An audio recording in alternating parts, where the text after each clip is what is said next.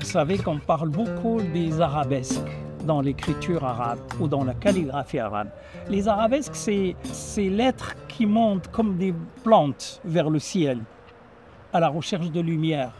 Et donc, du moment où vous ne savez pas lire la langue arabe, vous allez voir que le côté esthétique, le côté beau, et quand on parle des arabesques, on parle de toutes ces lettres qui partent vers le ciel. J'ai été contacté par le directeur du festival qui m'a proposé de participer en tant que calligraphe. Et je le remercie toujours et je suis resté fidèle pendant 17 ans. J'ai grandi au Maroc, j'ai eu mon baccalauréat au Maroc et je suis arrivé à Perpignan pour faire mes études à l'université de Perpignan. Alors au départ, j'ai commencé la calligraphie avec mon grand-père maternel dans une ville qui à l'époque s'appelait Mazagan, elle s'appelle El Jadida, c'est au sud de Casablanca. Et parce que mon papy était maître dans une école coranique. Et donc j'ai appris les techniques traditionnelles, comment préparer le kalam, comment préparer l'encre naturelle et comment écrire sur ce qu'on appelle les planches coraniques.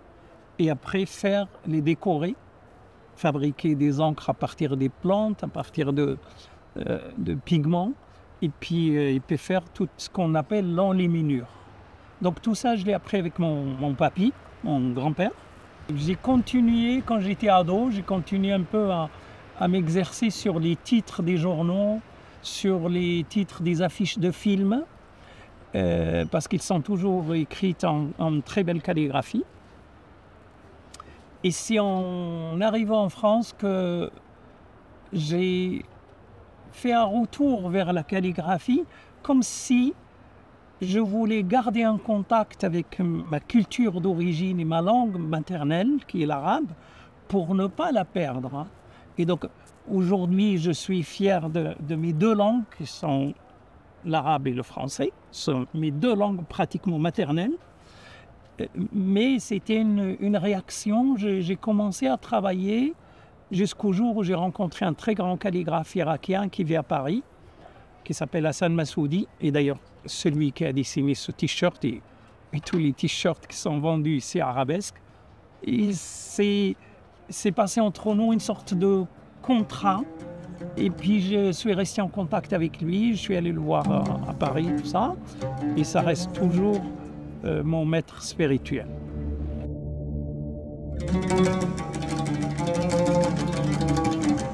L'écriture arabe, ou la langue arabe s'écrit de droite à gauche. La langue française s'écrit de gauche à droite. Et moi, je me régalais à écrire dans les deux sens en disant « ça serait bien qu'ils se rencontrent un jour ». Et donc, non, pour moi, il n'y avait pas de choc de culture. Pourquoi? Parce que c'est une histoire d'amour.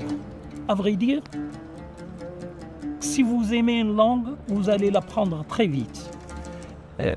Moi, j'ai commencé à lire des classiques français quand j'étais déjà au Maroc.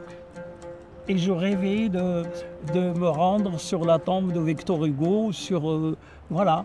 Et donc, il faut dire aussi que mes professeurs étaient tous français. Moi, je suis né encore sous le protectorat français, avant l'indépendance. Je suis de la génération qui a intégré l'école juste après l'indépendance du Maroc. Ils nous ont initiés à la culture, aux beaux textes, à la poésie française et tout ça. Et donc ça fait son cheminement. C'est pour cela que j'ai deux bras et je tiens mes deux langues comme ça. Et je les calligraphie toutes les deux.